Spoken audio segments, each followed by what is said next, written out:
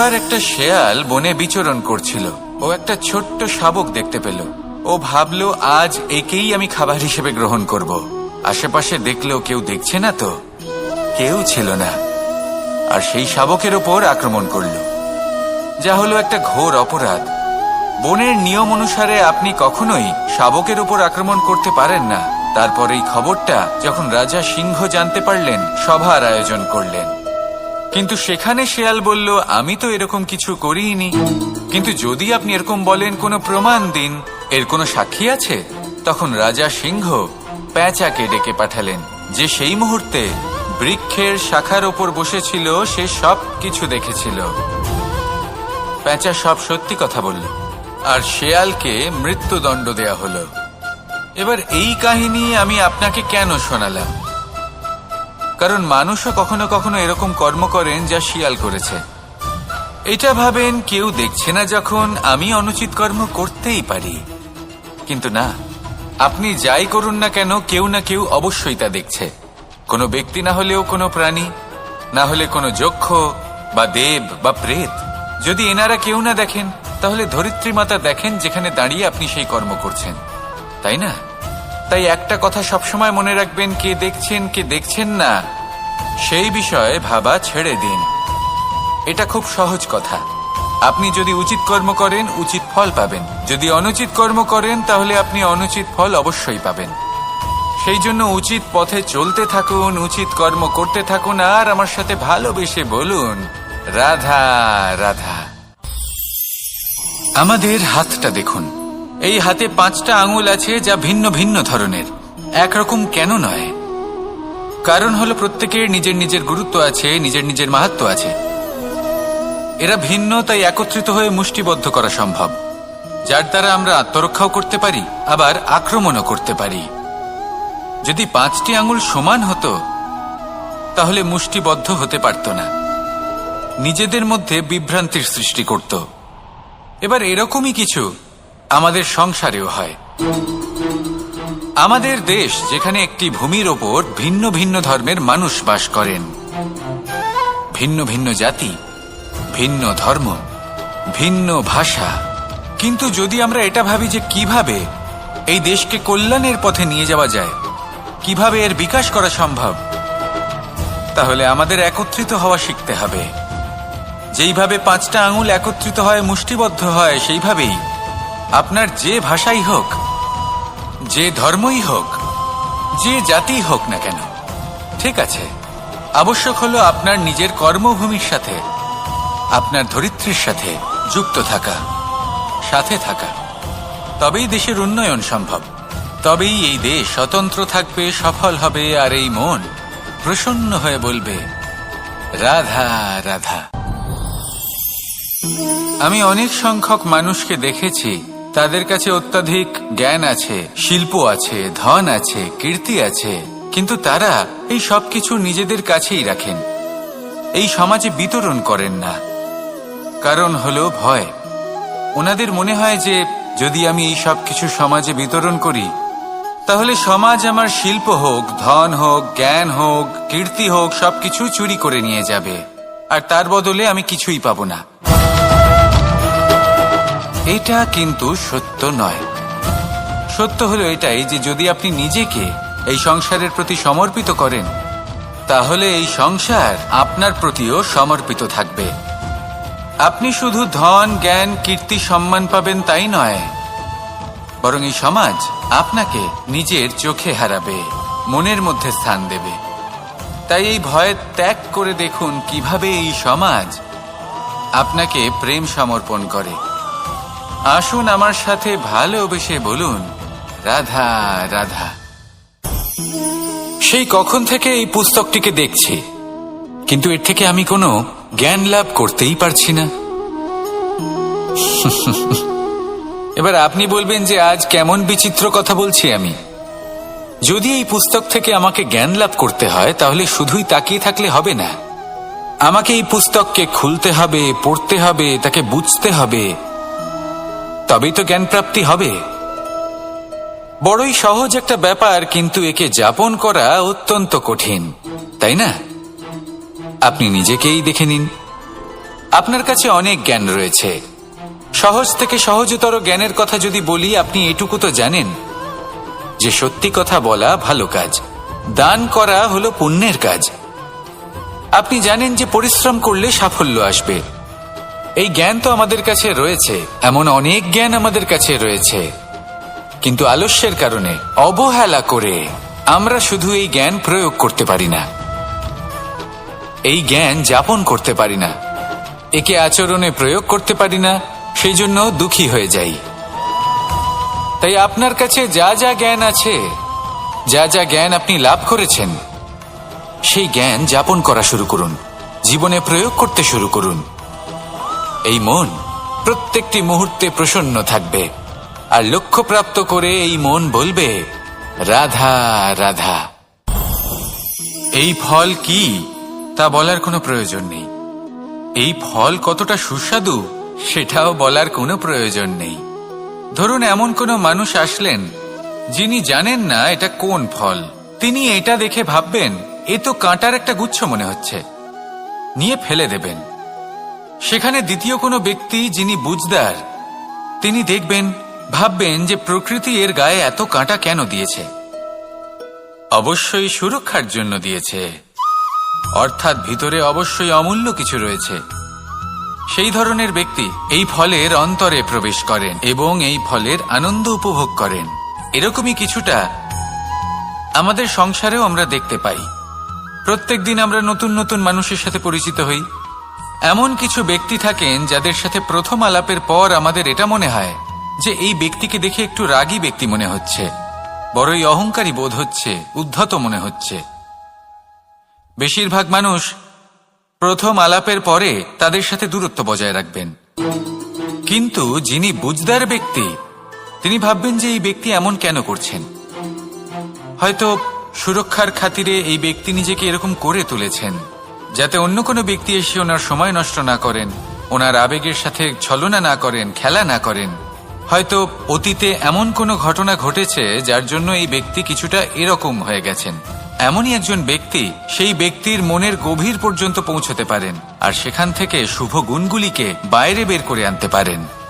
এরকমই ব্যক্তি হয়ে উঠুন, এমন বুঝদার ব্যক্তি হয়ে উঠুন যিনি সামনের ব্যক্তির খারাপ গুণগুলিকে অবহেলা করে হৃদয়ের অন্তঃস্থল থেকে শুভ গুণগুলিকে প্রকাশিত করে এবং সেই ব্যক্তিকে দেখাতে পারে।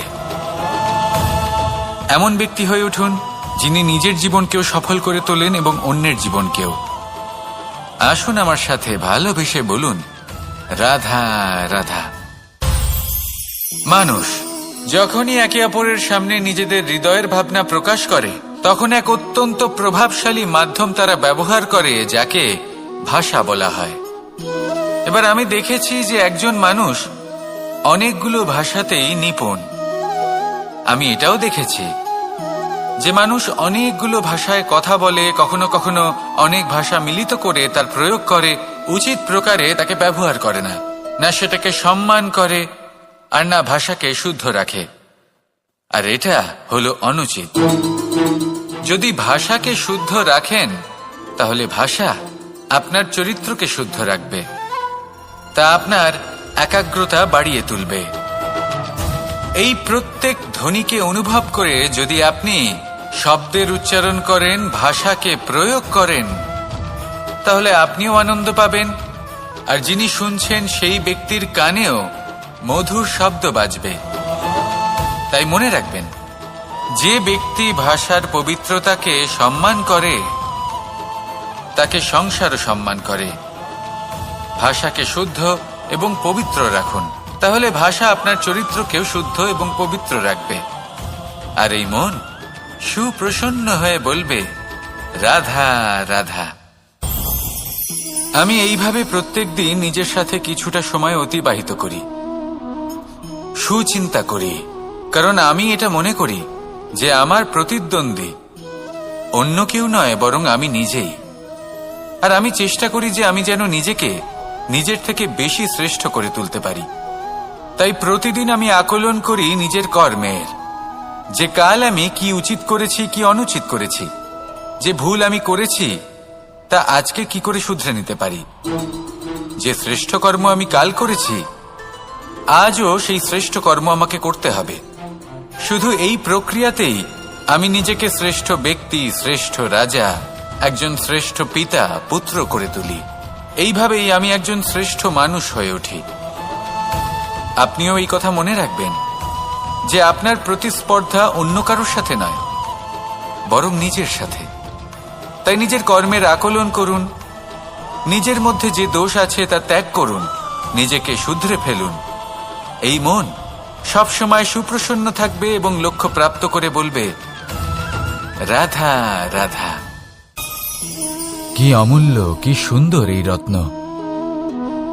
এবার ভেবে দেখুন, যদি আমি এই রত্নকে ব্যবহার করি আখরোট ভাঙার জন্য, তাহলে কি হবে? বা ভেবে দেখুন, এই রত্ন নিয়ে আমি যদি বন্ধুদের সাথে খেলা করতে শুরু করে দিই, তাহলে কি হবে? আপনি তো হাসবেন আমার ওপর। আপনি বলবেন, এত অমূল্য একটা রত্ন, এর দ্বারা কত দুঃখ দূর করা সম্ভব। এই মূল্যবান রত্নের আমি অপব্যবহার করছি। একদম ঠিক বলেছেন, আমি মেনে নিচ্ছি। মূল্যবান বস্তুর অপব্যবহার করা অনুচিত। কিন্তু আপনিও তো তাই করছেন, তাই না? ভেবে দেখুন, মানুষ এই সংসারের সর্বশ্রেষ্ঠ প্রাণী, আর মানুষের এই শরীর সব থেকে মূল্যবান রত্ন। এবার এর সাথে আপনি কি করছেন? অপব্যবহার করছেন না, নিজের স্বাস্থ্যের যত্ন নিচ্ছেন না, আপনি অনুচিত পথে চলছেন শুধুমাত্র ধন অর্জন করার জন্য, পাপ কাজ করছেন। কি না করছেন? এটা অপব্যবহার নয়? ভেবে দেখুন, আমরা এই মানব শরীরের সাথে কি করতে পারি। যদি এর আমরা সদ্ব্যবহার করি, তাহলে অনন্ত পুণ্য অর্জন করতে পারি, যার দ্বারা শুধুই নিজেকে নয়, বরং আমাদের আশেপাশের সকলকে সন্তোষ প্রদান করতে পারি। তাই সংকল্প নিন, এটাই যে মানব শরীরের আমি সদ্ব্যবহার করব, পুণ্যের পথে চলব, সকলের মঙ্গলের জন্য, সকলের প্রসন্নতার জন্য। এই কর্ম করুন, এই পথে চলতে থাকুন। এই মন সন্তোষ বোধের সাথে বলবে, রাধা রাধা। সকলে আমাকে জিজ্ঞেস করেন যে, কৃষ্ণ, তুমি সবসময় হাসি মুখে কি করে থাকো? এত প্রসন্ন কি করে থাকো তুমি?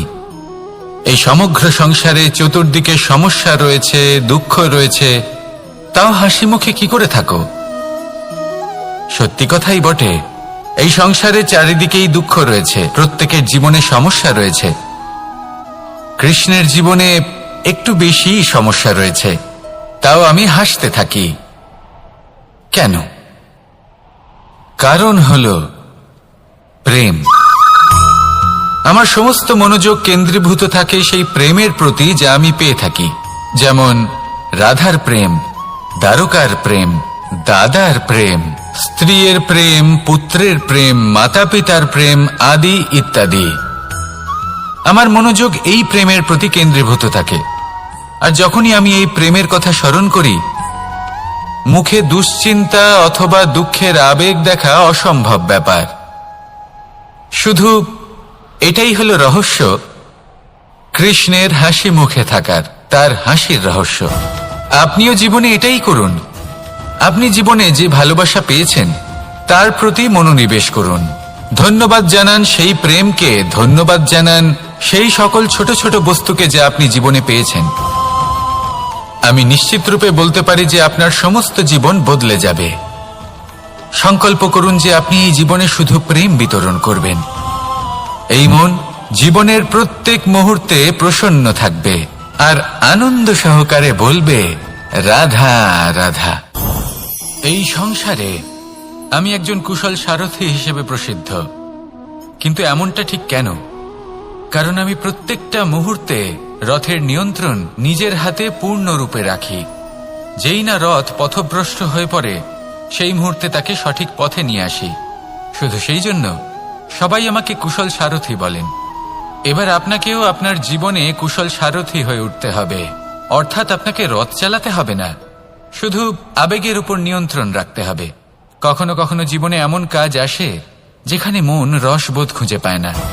তখন মন বারংবার সেই পথ থেকে সরে যায়, সেই পথ থেকে বিচলিত হয়ে মন অন্যদিকে চলে যায়। তখন আপনাকে আপনার মনের ওপর পূর্ণ নিয়ন্ত্রণ রাখতে হবে। তার রাশ নিজের হাতে পূর্ণরূপে ধরে রাখতে হবে। যেই না মন পথভ্রষ্ট হবে তাকে পথে নিয়ে আসতে হবে, আবার পথ হারাবে, আবার পথে নিয়ে আসতে হবে। তাই মনে রাখবেন, যদি আপনি নিজের মনকে নিয়ন্ত্রণ করতে পারেন, নিজের জীবনকেও নিয়ন্ত্রণ করতে পারবেন। নিজের জীবনে কুশল সারথি হয়ে উঠুন, তাহলে মনোবাঞ্ছিত স্থানে এবং লক্ষ্যে পৌঁছতে পারবেন। আর তখন এই মন আর এই জীবন প্রসন্ন হয়ে বলবে, রাধা রাধা। কেউ বলে জীবন খুব ক্ষণস্থায়ী, কেউ বলে জীবন হলো একটা সুন্দর স্বপ্নের মতো, আবার কেউ বলবে জীবন হলো এক কঠোর সত্য। কিন্তু জীবন আসলে কি? জীবন হলো আপনারই প্রতিবিম্ব, একটা দর্পণ। অর্থাৎ আপনি জীবনকে সেইভাবেই পাবেন যেরকম আপনি নিজেকে প্রতিপন্ন করবেন। যদি আপনি দর্পণের দিকে তাকিয়ে হাসেন, তাহলে আপনি সামনে হাসি মুখী দেখতে পাবেন। এবার যদি আপনি গম্ভীর হয়ে থাকেন, তাহলে আপনি একজন রুষ্ট ব্যক্তি দেখতে পাবেন। শেষে সবথেকে বেশি গুরুত্বপূর্ণ হলো আপনার চেষ্টা। আপনাকে সবসময় চেষ্টা করতে হবে যাতে আপনি নিজেকে প্রসন্ন এবং ইতিবাচক মনোভাবে রাখেন।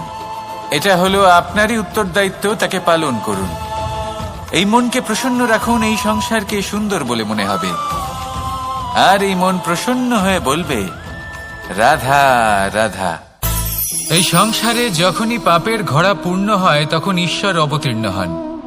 দেখুন, যে ব্যক্তি পাপের সাথে লড়াই করে সবাই তাকে ঈশ্বর মনে করেন।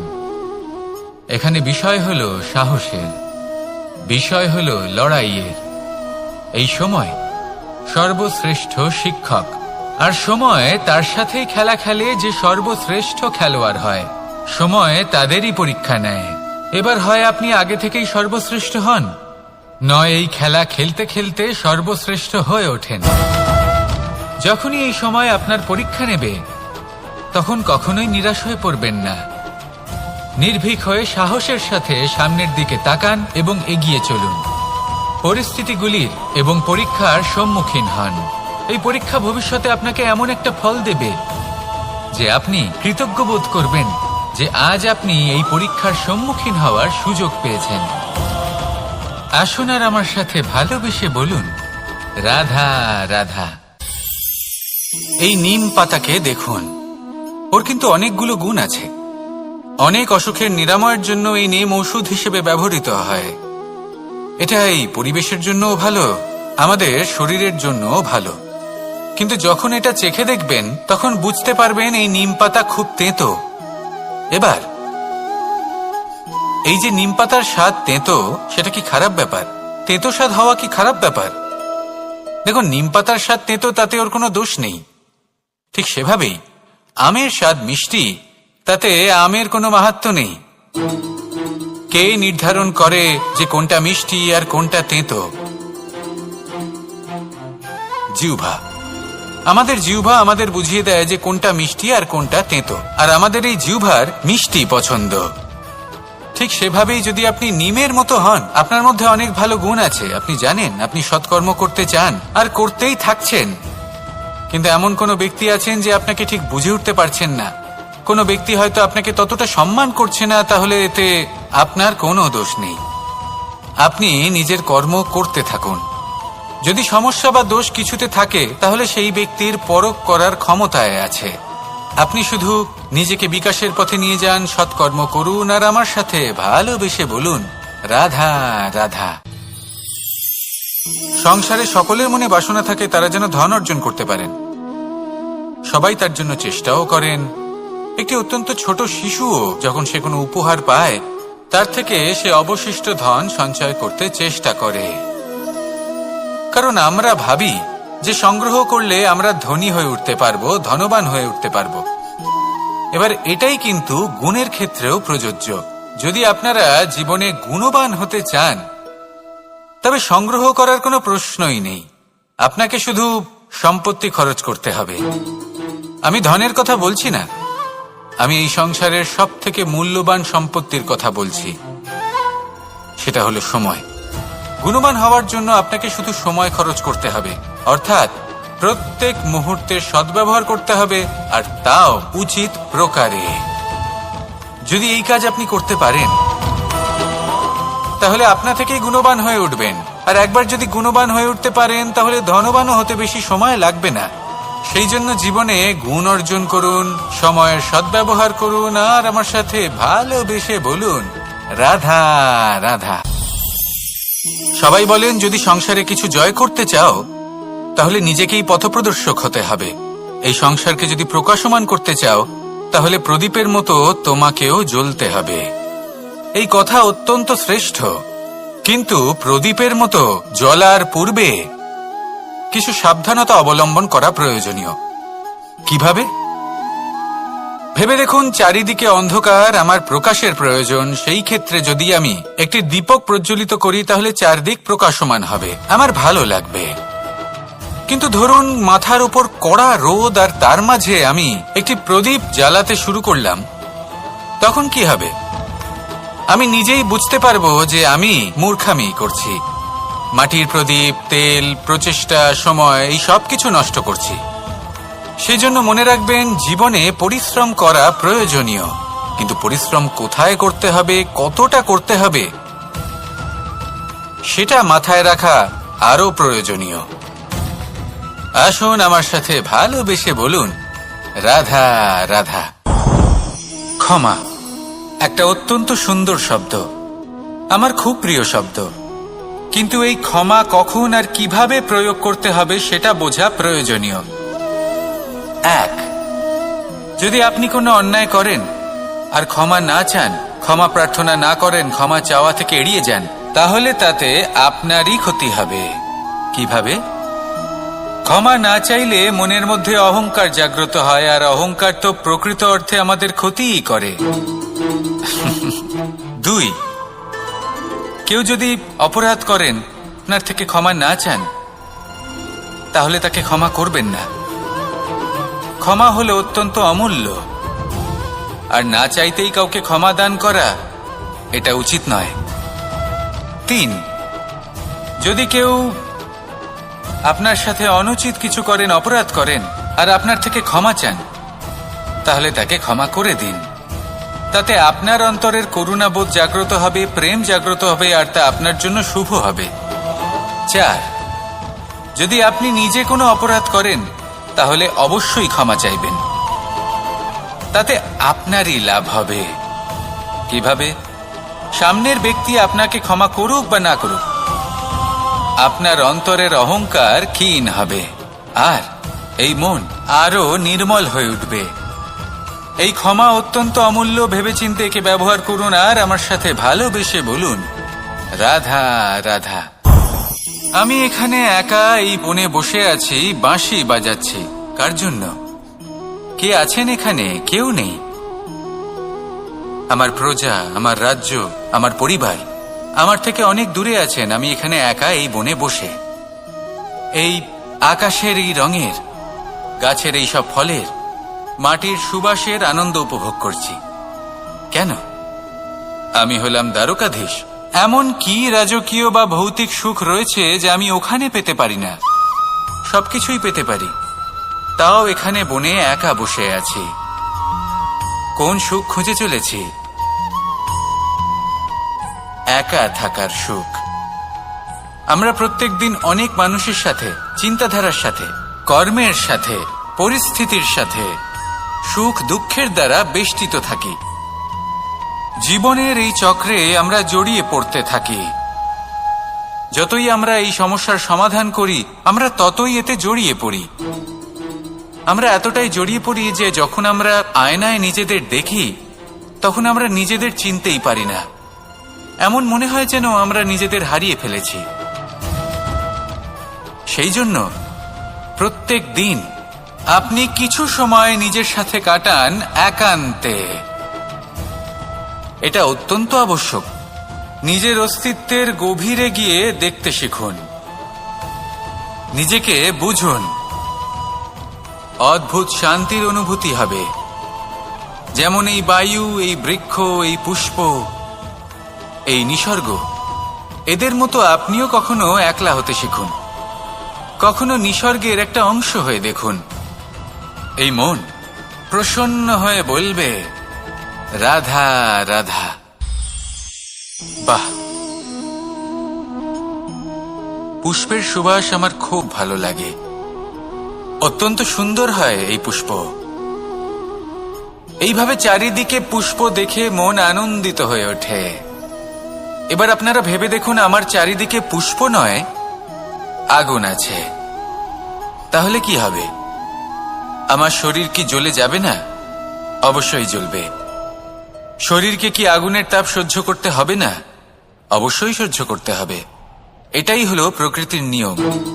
এই নিয়ম কিন্তু আমরা সবাই জানি, কিন্তু আমাদের মধ্যে বেশিরভাগ মানুষ এই বিভ্রান্তি নিয়ে বাঁচি যে এই যে প্রকৃতির নিয়ম, তা আমার ওপর প্রযোজ্য নয়। তা কিন্তু নয়। আমাদের চতুর্দিকে এই যে নিসর্গ রয়েছে, আমরা তার কতটা ক্ষতি করি সেটা একবার ভেবে দেখুন। আমরা বনাঞ্চল জ্বালিয়ে দিই, বায়ু দূষিত করি, জল দূষিত করি, প্রাণীদের হত্যা আমরা করি। কেন? এই নিসর্গ আমরা নষ্ট করি, যদিও আমরা জানি যে আমরাও হলাম এই নিসর্গেরই অংশ। এবার দেখুন, শরীরের কোনো অংশে যদি আগুন ধরান, আস্তে আস্তে সমস্ত শরীরও জ্বলে যাবে। সেইভাবেই নিসর্গ যদি নষ্ট হয়ে যায়, তাহলে মনুষ্য জাতিও নষ্ট হয়ে যাবে। তাই এই যে নিসর্গ আপনি দেখছেন, এই পুষ্প, এই বৃক্ষ, বায়ু, জল, এদের সকলকে রক্ষা করুন, নষ্ট নয়। মনে রাখবেন, যদি নিসর্গ থাকে মানুষ থাকবে, যদি নিসর্গ থাকে তাহলেই জীবন থাকবে। আসুন আমার সাথে ভালোবেসে বলুন, রাধা রাধা। অ দিয়ে অন্ত, আ দিয়ে আরম্ভ, এই দুইয়েরই রাশি সমান। যদি আপনি মন দিয়ে দেখেন তবে দেখবেন এদের সম্পর্ক খুবই নিবিড়। কিভাবে? যখন কোনো কিছু শুরু হয়, এটা নিশ্চিত হয়ে যায় যে তা সমাপ্তও হবে। আরম্ভই যদি না হয়, তা সমাপ্তও হবে না। যা আরম্ভ হয়েছে তার সমাপ্তি হলো অবশ্যম্ভাবী। এটাই হলো প্রকৃতির নিয়ম, একে এড়ানো যায় না। এবার এই কথা আমরা সকলে জানি। এবার মানুষ কি ভাবে যে সমাপ্তির পরে কি হতে পারে, এর উত্তর তাদের কাছে নেই। তাদের উচিত অন্য কোনো বিষয় ভাবা যা বেশি গুরুত্বপূর্ণ। এবার মানুষ এটা জানে না যে মৃত্যুর পরে কি হতে পারে, কিন্তু এই কথা অবশ্যই জানে যে জন্ম থেকে মৃত্যু পর্যন্ত এই সময়, যাকে আমরা জীবন বলে থাকি, এই সময় আমরা কর্ম করতে পারি। এই কথা তো আমরা জানি। তাহলে এমন কি কর্ম করা যেতে পারে যা আমাদের সমাপ্তির পরও আমাদের প্রাসঙ্গিক করে রাখতে পারে, এই বিষয়ে ভাবা উচিত। যে জন্মগ্রহণ করেছে তার মৃত্যু হবেই, এটা সাধারণ বিষয়। কিন্তু ইতিহাস আজও সেই সকল মানুষজনকে স্মরণ করেন যাদের এই সংসার তাদের মৃত্যু নয়, বরং তাদের জীবনকালে যে কর্ম তারা করেছেন তার দ্বারা মনে রাখেন। সেই কর্মের কারণে এই সংসারে তাদের নাম, তাদের কর্ম, তাদের ব্যক্তিত্ব, তাদের কীর্তি অমর হয়ে থাকে এবং থাকবে। আপনার কাছে এতটা সময় নেই যতটা আপনার মনে হচ্ছে আপনার কাছে আছে। সেই জন্য যত শীঘ্র সম্ভব শ্রেষ্ঠ কর্ম করুন, যতটা পারবেন ততটা অধিক সুকর্ম করুন। এই সংসারে নিজেকে অমর করে তুলুন আপনার মৃত্যুর পরেও। আর আমার সাথে ভালোবেসে বলুন, রাধা রাধা। ওমা, এ কি? আমি কখন থেকে এখানে অপেক্ষা করছি, হাত পেতে দাঁড়িয়ে রয়েছি যাতে একটা ফল আমার হাতে এসে পড়ে এবং সেটা আমি খেতে পারি। কখন থেকে অপেক্ষা করছি, কিন্তু সেটা হচ্ছেই না। এবার আপনি বলবেন যে এসব কি বলছি, এ কি অদ্ভুত কথা বলছি।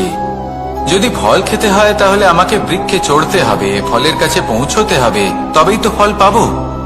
এবারে এটা অত্যন্ত সহজ ব্যাপার, কিন্তু এই বিষয়টা আপনি নিজের জীবনের প্রসঙ্গে ভেবে দেখুন। লক্ষ্য কোথায় আছে আপনি জানেন, সেই লক্ষ্যে পৌঁছানোর পথ কি সেটাও আপনি জানেন, সেই পথে চলার ক্ষমতাও আপনার রয়েছে, কিন্তু তাও আপনি নিজের লক্ষ্য লাভ করতে পারছেন না। কেন? কারণ আপনি অপেক্ষা করছেন যে লক্ষ্য আপনার সামনে চলে আসবে, কিন্তু তা হয় না। লক্ষ্য সে যাই হোক না কেন, ধন হোক, প্রেম হোক, কোনো সম্মান হোক বা মোক্ষ হোক, যদি আপনি তার দিকে অগ্রসর না হন তাহলে ফল প্রাপ্তি অসম্ভব ব্যাপার, তা কোনোদিনই হবে না।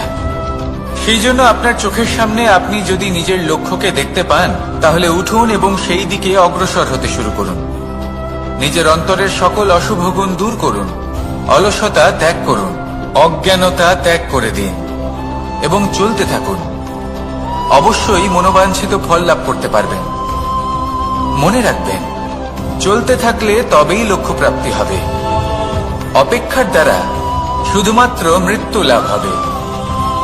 আসুন আমার সাথে ভালোবেসে বলুন, রাধা রাধা।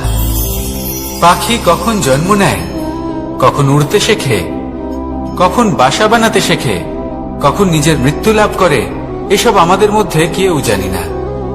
কিন্তু পাখি একটা কথা খুব ভালো করে জানে, যে এই সংসারেও যা কিছুই করুক না কেন, এই সংসারের ওকে নিয়ে কিচ্ছু যায় আসে না। এবার আমরা কি করি?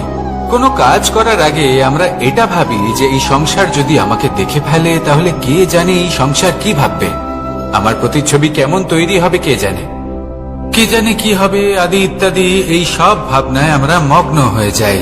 কিছুটা এমন ভাবে মগ্ন হই যে বর্তমানের কর্মের এই জীবনের যাত্রাপথে সেই সময়ের আনন্দ উপভোগ করতে ভুলে যাই। এবার দেখুন একটা পাখি কি করে, ওর কর্ম হলো গান গেয়ে চলা। ওই পাখি গেয়ে চলে, কেউ ওর গান শুনুক বা না শুনুক, কেউ আদৌ শুনছে কিনা সেই বিষয়টা নিয়ে সেই পাখির কিছুই যায় আসে না। সেই পাখি নিজের কর্ম করতে থাকে। হয়তো সেই জন্যই আপনি কখনো কোনো পাখিকে কাঁদতে দেখবেন না। এরকমই আপনাকে নিজেকে গড়ে তুলতে হবে। প্রথমে নিজেকে জিজ্ঞেস করুন, এই যে কর্ম আমি করতে চলেছি সেটা কি উচিত? যদি আপনার মনে হয় সেটা উচিত, তাহলে সেটা প্রমাণ করুন। এটা ভাববেন না যে এই সংসার কি ভাববে। আসুন আর আমার সাথে ভালোবেসে বলুন, রাধা। বনের মধ্যে যদি আপনি কোনো বিষাক্ত সাপ দেখেন তাহলে কি করবেন? আপনি তখনই তার থেকে দূরে পালাতে চেষ্টা করবেন। আর এটা কেন করবেন? নিজের রক্ষার্থে। এই কথা আমি নয় মেনে নিলাম, কিন্তু নিজের জীবনে এটা করেন না কেন? আপনি যেখানেই যান, যে স্থানেই যান না কেন, প্রত্যেক সময় প্রত্যেক মুহূর্তে এমন বিষাক্ত সাপ আপনি অবশ্যই খুঁজে পাবেন। আর সেই সাপ নয় যাদের আপনি বনে খুঁজে পাবেন, এরা হলো সেই সাপ যা আপনাকে পাপ করতে বাধ্য করবে। আপনার অন্তরের বাসনা, ক্রোধ, অহংকার, লোভ, ঈর্ষা এদের বৃদ্ধি ঘটাবে। দেখুন, বনের এই সাপ আপনাকে একবার ছেড়ে দিতেও পারে, ছোবল নাও মারতে পারে, কিন্তু এই যে পাপরূপী সাপ আছে তা অবশ্যই ছোবল মারবে। কর্ম যদি করেন তাহলে অবশ্যই ফল পাবেন। সেই জন্য যখনই কোথাও যাবেন, যদি এমন কাউকে দেখেন, যদি এমন কিছু দেখেন যে আপনাকে পাপ করতে বাধ্য করছে, তাহলে সেই মুহূর্তে সেখান থেকে পালিয়ে যান। যেমন বনের সাপ দেখে আপনি পালাতে থাকেন। সৎকর্মের রক্ষা অত্যন্ত আবশ্যক। আসুন আর আমার সাথে ভালোবেসে বলুন, রাধা রাধা। যদি কোনো সিংহ বানরের মতো গাছে চড়তে চেষ্টা করে তাহলে কি হবে? একটা মাছ যদি মাটিতে হাঁটতে চেষ্টা করে তাহলে কি হবে? তারা বিফলই হবে। কিন্তু এরকম কেন হয়? তার কারণ হলো প্রকৃতির রচনা কিছুটা এরকম। এখানে প্রত্যেকটি ব্যক্তিকে, প্রত্যেকটি প্রাণীকে আলাদা আলাদা গুণের অধিকারী করা হয়েছে এবং সকলকে একটা সীমাও প্রদান করা হয়েছে। এবার এই যে বৃক্ষ, পশু, পাখি, এদের মধ্যে সেই ক্ষমতাই নেই যে এরা নিজেদের যাচাই করতে পারবে, নিজেদের সীমাগুলো বুঝতে পারবে, নিজেদের সদ্গুণগুলো চিনতে পারবে। এরা সেটা করতে পারবে না। কিন্তু মানুষ তো আলাদা। মানুষের কাছে সেই বিশেষ শক্তি আছে যে তারা পূর্ণরূপে নিজেদের যাচাই করতে পারবে, নিজেকে পূর্ণরূপে বুঝতে পারবে, নিজের দোষ, নিজের অপগুণ, নিজের সদ্গুণ, নিজেদের সীমাগুলো তারা বুঝতে পারবে। আর এটা অত্যন্ত গুরুত্বপূর্ণ। কথায় আছে যে যদি সাফল্য লাভ করতে হয় তাহলে নিজেকে যাচাই করে নিতে হবে। তাই নিজেকে যাচাই করুন, নিজের সাথে পরিচিত হয়ে যান এবং জীবনে কর্ম করতে থাকুন। সাফল্যের শিখরে অবশ্যই পৌঁছে যাবেন। আর ওখানে যদি যান তাহলে এই মন প্রসন্ন হয়ে অবশ্যই বলবে, রাধা রাধা। অন্ধকারাচ্ছন্ন রাত্রি যদি এসে থাকে তাহলে আলোকিত প্রকাশ নিয়ে সূর্যও অবশ্যই আসে। রোগ যদি এসে থাকে তাহলে তার ওষুধও অবশ্যই আসে। সমস্যা যদি আসে তাহলে সেই সমস্যার সমাধানও নিজে থেকেই আমাদের কাছে চলেই আসে। এই সংসার, এই জীবনের শুধুমাত্র একটাই নিয়ম আছে, আর তা হলো এটাই, এই সংসার হলো একটা চক্রের মতো। এতে শাশ্বত বলে কিছু নেই, নিত্য বলে কিছু নেই। আর যা কিছুই রয়েছে সব বদলাতে চলেছে। যদি আপনার জীবনে দুঃখ থাকে, সমস্যা থাকে, যদি আপনি বিপদ দ্বারা আচ্ছন্ন, তাহলে মনে রাখবেন সবকিছু বদলে যেতে চলেছে। দুঃখের সময় কাঁদবেন না, মনকে আরো দুঃখী করে তুলবেন না, কারণ এখানে যা কিছুই এসেছে তা যাওয়ার জন্যই এসেছে। তাহলে এত চিন্তা কিসের? আনন্দ সহকারে জীবন যাপন করুন আর আমার সাথে ভালোবেসে বলুন রাধা রাধা। রাত্রিবেলায় যখন আলোকিত জোনাকিদের দেখেন তখন মন প্রসন্ন হয়ে ওঠে। এদের দেখতে খুবই সুন্দর লাগে। আর এমন ঠিক কেন হয়? প্রথম হলো এটাই যে রাতের বেলায় চতুর্দিক অন্ধকারাচ্ছন্ন থাকে। এমত অবস্থায় যদি আমরা কোথাও একটু প্রকাশ দেখি, তাহলে সেটাই আশার কিরণের ন্যায় মনে হয়। সেই প্রকাশই আমাদের মন প্রসন্ন করে তোলে। আর সেই জন্য যে সকল মানুষ রাতের বেলায় কোনো জোনাকি দেখতে পান তারা প্রসন্ন হয়ে যান। এবার কখনো কখনো জীবনে আমাদের মনে হয় যে চতুর্দিকে শুধুমাত্র অন্ধকারই হয়ে আছে। প্রত্যেকেরই তা কখনো মনে হয়। আর তখনই আমাদের নিরাশ হলে চলবে না, আমাদের দুঃখী হলে চলবে না। সেই সময় আমাদের খুঁজতে হবে নিজেদের আশেপাশে, চতুর্দিকে আর কোথাও না কোথাও আমরা প্রকাশ অবশ্যই দেখতে পাবো। আশার একটা কিরণ অবশ্যই দেখতে পাবো। কেউ এমন একটা কর্ম করেন যেটা দেখে আমরা প্রেরিত হয়ে যাই। আর এমন কোন কর্ম যদি আপনারা করেন, তাহলে সেই কর্ম আপনার মনকে প্রসন্ন ভাব, আনন্দ এবং ভালোবাসা দ্বারা ভরিয়ে তুলবে। আপনার অন্তরে সেই অন্ধকারের অন্ত করবে, দুঃখেরও অন্ত করবে। আর এই মন প্রসন্ন ভাব নিয়ে বলবে রাধা রাধা। মনুষ্য জীবনের সব থেকে বেশি গুরুত্বপূর্ণ বিষয় হল মনের একাগ্রতা। এই সংসারের যে কটি মহান কার্য সম্পাদন হয়েছে তা হল মনের এই একাগ্রতার একমাত্র ফল। আপনি অবশ্যই দেখে থাকবেন অনেক ছোট বড় নদী যা বয়ে চলে তাদের সামনে একটা বাঁধ নির্মাণ করা হয় সেই সব নদীর জল সঞ্চয় করতে। বাঁধ হয়ে গেলে প্রয়োজন মতো বা মনের ইচ্ছে মতো তাকে ব্যবহার করা সম্ভব। এবার এটাই আমাদের মনের সাথেও সম্ভব। আমাদের মনের একাগ্রতা আজকের দিনে দাঁড়িয়ে বিভিন্ন ধরনের বিকার, ক্রীড়া এবং ভোগের মধ্যে ভাগ হয়ে গেছে। একে একত্রিত করতে হবে, একটা বাঁধ নির্মাণ করতে হবে, কর্মের বাঁধ। আপনাকে শুধু এটাই করতে হবে, যেটা উচিত কর্ম সেটাই করুন, যেটা অনুচিত কর্ম সেটা করা থেকে নিজেকে বিরত রাখুন। ব্যাস, এই কাজটাই আপনি করতে থাকুন, করতে থাকুন। মনের মধ্যে একাগ্রতার বাঁধ নির্মাণ করুন। আর একবার যদি তা নির্মাণ হয়ে যায়, তাহলে যখন চাইবেন, যেখানে চাইবেন, যতটা চাইবেন একাগ্রতা প্রয়োগ করতে পারবেন। আর একবার যদি আপনি এটা শিখে যান, তাহলে এই সংসারকে বদলে ফেলার মতো কাজ আপনি করতে পারবেন, সমাজকে শুধরাবার মতো কাজ করতে পারবেন। তাহলে এই মনকে একাগ্র করুন আর আমার সাথে ভালোবেসে বলুন রাধা রাধা।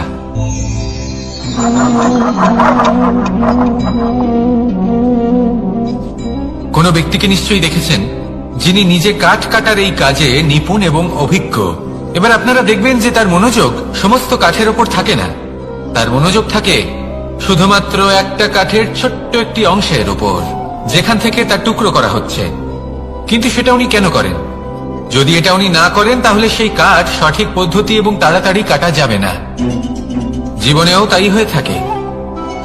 আপনি হয়তো কোনো লক্ষ্য স্থির করেছেন বা পথ নির্বাচন করেছেন বা কাজ স্থির করেছেন যেটা আপনি করেই ছাড়বেন। তাহলে নিজের সম্পূর্ণ মনোযোগ শুধুমাত্র তার উপর কেন্দ্রীভূত করুন। যদি আপনার মন এদিক ওদিক তাকাতে থাকে, অস্থির হয়ে পড়ে, বিচলিত হয়ে পড়ে, যদি তা হয়ে থাকে, তাহলে আপনি অবশ্যই অসফল হবেন। তাই কর্মঠ থাকুন, নিরন্তর কর্ম করতে থাকুন এবং পূর্ণ মনোযোগ দিয়ে নিজের কাজ করুন। নিজের পথে অগ্রসর হন বা নিজের লক্ষ্য প্রাপ্ত করতে চেষ্টা করুন।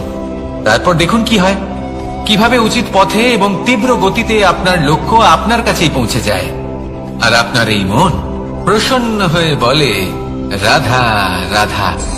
কখনো কোনো নদীকে দেখেছেন? একই আকার, একই স্থান, শুধু প্রবাহিত হতে থাকে। এর মধ্যে কখনো কোনো অপদ্রব্য ফেলে দেখুন, দেখবেন সেটা বেশিক্ষণ সেখানে থাকে না। সেটা নদীর সাথে বইতে থাকে আর বয়ে যেতে যেতে সাগরে সমাহিত হয়ে যায়, আর শেষ পর্যন্ত সাগর সেটাকে তটে ফেলে দেয়। কিছুটা এমন হওয়া উচিত আমাদের বিচারধারাও। এক স্থানে তা স্থগিত হওয়া উচিত নয়, এটা সবসময় প্রবাহমান হওয়া উচিত। তবেই আমাদের চেতনা, আমাদের মূল্যবোধ এবং আমাদের স্মৃতি, এই তিনটি শ্রেষ্ঠ থাকবে। আর এটাই হলো পুকুর এবং নদীর মধ্যে পার্থক্য। নদীতে জল সবসময় বয়ে চলে, সেই জন্য পবিত্র থাকে, শুদ্ধ থাকে এবং পরিষ্কার থাকে। আর সেখানে এই পুকুরের তলদেশে সব জমা হতে থাকে, আর সেই জন্য তা অপবিত্র হয়ে যায়। তাই সবসময় এই বিচারধারা প্রবাহমান রাখুন। যদি মনে কোনো ভাবনা চলে আসে, সেখানেই থেকে যায় এবং বিদ্যে থাকে, তাহলে তা বের করে দিন। তাকেও বয়ে যেতে দিন এবং তার যা উত্তর হবে তা সময়ের সাথে আপনার সামনেই চলে আসবে। শুধুই নদীর মতো প্রবাহমান হন আর আমার সাথে ভালোবেসে বলুন, রাধা রাধা। এই সংসারে সাফল্য লাভ করার জন্য জ্ঞানের প্রয়োজন হয়, পরিশ্রমের প্রয়োজন হয়, দৃঢ় নিষ্ঠার প্রয়োজন হয়, নিরন্তর চেষ্টা করা প্রয়োজনীয়। কিন্তু আরো কিছু আছে যা অত্যন্ত প্রয়োজনীয় এবং গুরুত্বপূর্ণ। তা হলো ভালো বন্ধু। তাদের থাকা অত্যন্ত প্রয়োজনীয়। যদি ভালো বন্ধু থাকে তাহলে সময় এলে তারা ঢাল হয়ে আপনাকে সুরক্ষা করবেন। সময় এলে অস্ত্রের মতো শত্রুকে সংহারও করবেন। যদি তিনি জ্ঞানী হন, তাদের মধ্যে সদ্গুণ থাকে, তাহলে এই সব গুণ আপনার মধ্যেও প্রবেশ করবে। তাহলে সাফল্যের জন্য ভালো বন্ধু পাওয়া অত্যন্ত প্রয়োজনীয়। কিন্তু শুধু বন্ধু কেন, ভালো শত্রুও থাকা প্রয়োজনীয়। এবার আপনি ভাববেন, আমি কি বললাম? যদি আপনার জীবনেও ভালো অর্থাৎ শক্তিশালী শত্রু থাকে, তাহলে আপনিও শক্তিশালী হতে থাকবেন। এই শত্রু আপনাকে প্রেরিত করবে আরো বেশি শক্তিশালী হয়ে ওঠার। কখনো কোনো হরিণকে দেখুন, তীব্র গতিতে দৌড়তে থাকে। কেন তীব্র গতিতে দৌড়য়? এই কারণে নয় যে কোথাও তার জন্য মধুর ঘাস অপেক্ষা করে রয়েছে, না। সে এই কারণে তীব্র গতিতে দৌড়য় কারণ সেটা না করলে তার পেছনে একটি সিংহ আছে যে ওকে নিজের ভোজন করে ফেলবে। তাই জীবনে বিপদ, সংকট এই সবকিছুও হলো অত্যন্ত গুরুত্বপূর্ণ। তার সম্মুখীন হতে শিখুন আর আমার সাথে ভালোবেসে বলুন, রাধা রাধা। আমরা সবাই ফল খাই, কিন্তু আমাদের সেই ফলই প্রিয় হয় যে পরিপক্ক হয়ে ওঠে, যেটা নম্র হয়, আর যে ফল অনেক বেশি মিষ্টি আর সুস্বাদু হয়ে থাকে, যাদের রঙে বাহার দেখা যায়।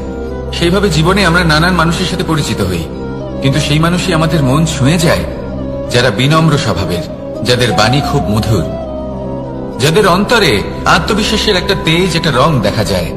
এবার এমন ব্যক্তি আমরা কি করে হব?